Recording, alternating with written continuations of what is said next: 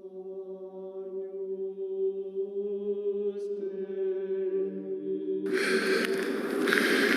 morning. Eric Witham, Christian Sojourn Movement Ministry. I wanted to talk to you today about heaven.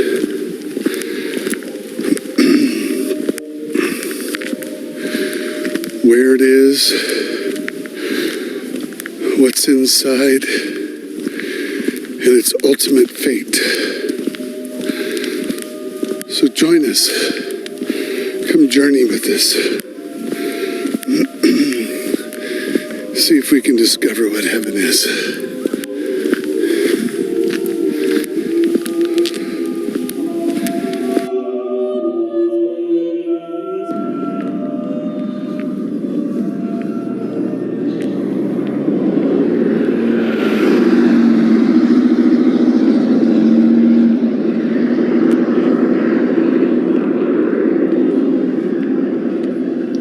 To understand the concept of heaven, I believe we must go back to Genesis, where it delineates its creation.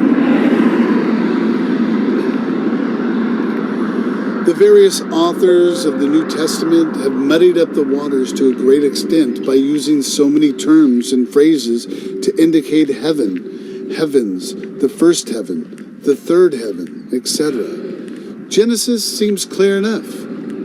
There was water which was separated.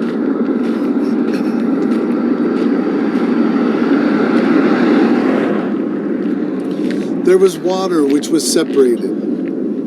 In the separation, a firmament was established, which God called heaven.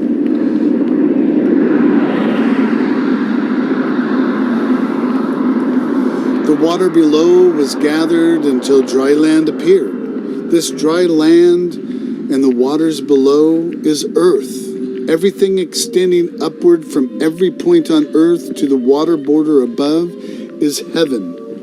This includes our present-day sky and outer space. Wherever we experience air or the vacuum of space until we meet the watery border above is heaven.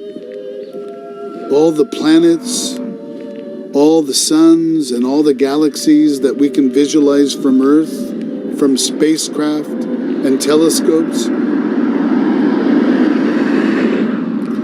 they're all situated within heaven. Think about it this way. In the beginning, everything was water. Somewhere in the midst of these waters, God created an air bubble in the shape of a donut. The donut being air or space, and outside the donut and in the center is water. In the middle of this donut where the hole would be, God gathered the waters until earth was visible. God called this airy space firmament or heaven. Heaven is bordered above by water and below by earth and water. Everything we can see in the earth's sky is heaven.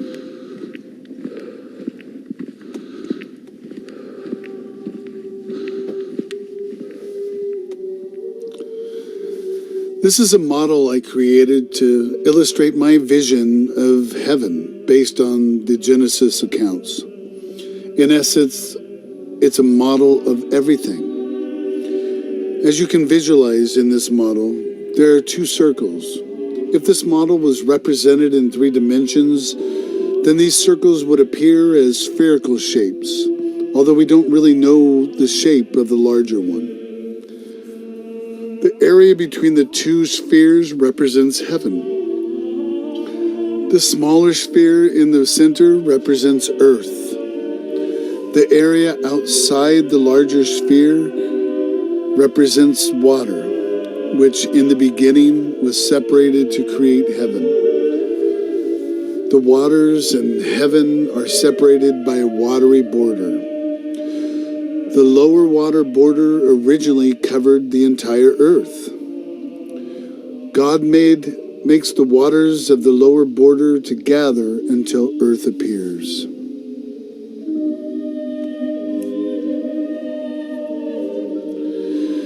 So according to Genesis chapter 1, verse 6, starting there, and God said, "Let there be a firmament in the midst of the waters, and let it divide the waters from the waters."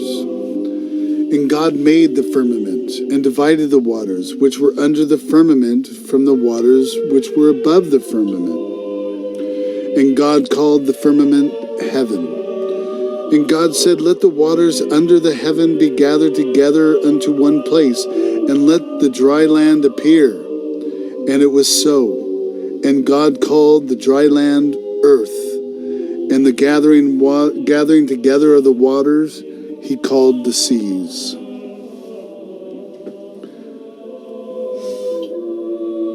So I understand this is just a model, and it came from my head, but I think it's a good representation if you consider the Genesis accounts and kind of visualize where heaven would be in relation to earth and what's beyond heaven. So I'll be posting this model on the site for your consideration.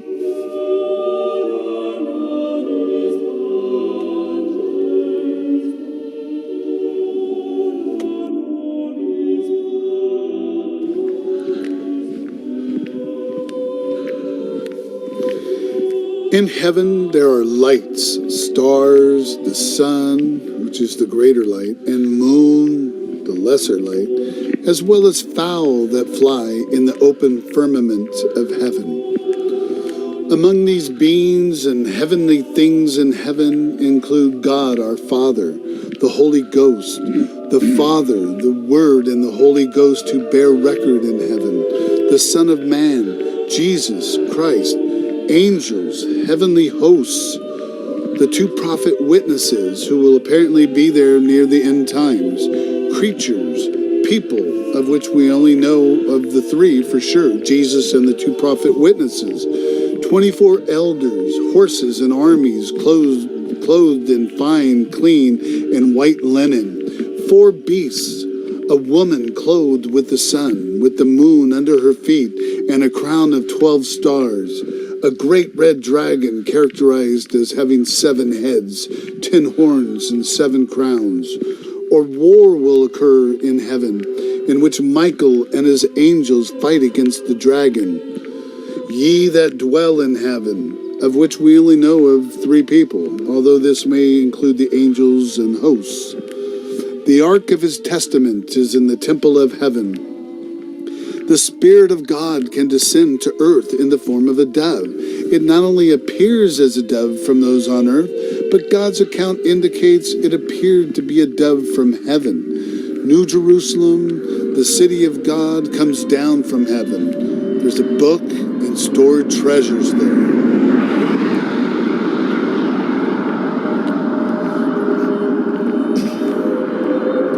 The following are in reference to God's throne. God's throne is in heaven, and at least one passage indicates God's throne is heaven. Jesus, the high priest, is set on the right hand of the throne of God. There are 24 elders sitting in seats adjacent to God's throne, and out of the throne there will be voices, lightning, and thunder emanating. Revelation indicates there are a few things present before the throne. I can only assume the term before is being used here to refer to in front of. As such, there are 7 burning lamps in front of the throne. There are the 7 spirits of God. In addition, there's what appears to John as a sea of crystal glass in front of the throne. Within and all around the throne, there are 4 beasts characterized as being full of eyes. And when these beasts glorify God, all of the elders who are sitting adjacent to God's throne fall before he that sits on the throne. I can only assume he, the one, and him are referring to God. God's throne is set within the temple of heaven and is described as white and great.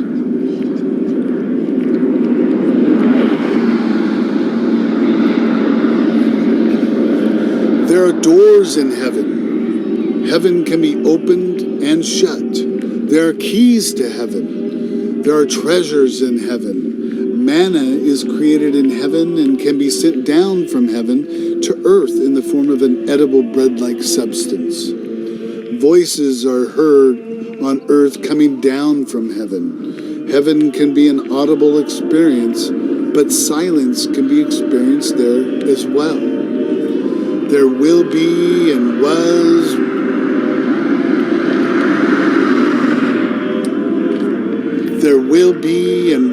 what we may refer to as environmental or atmospheric phenomena emanating from heaven, including great hail, great lights, vessels characterized as being like a sheet, fire and brimstone, destroying earthly targets.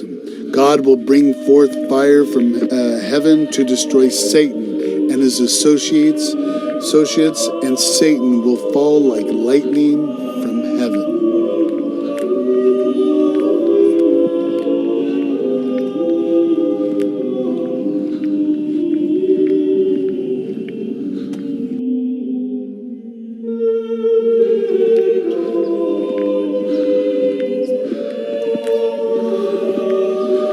At the end times, heaven and earth will be totally and utterly destroyed.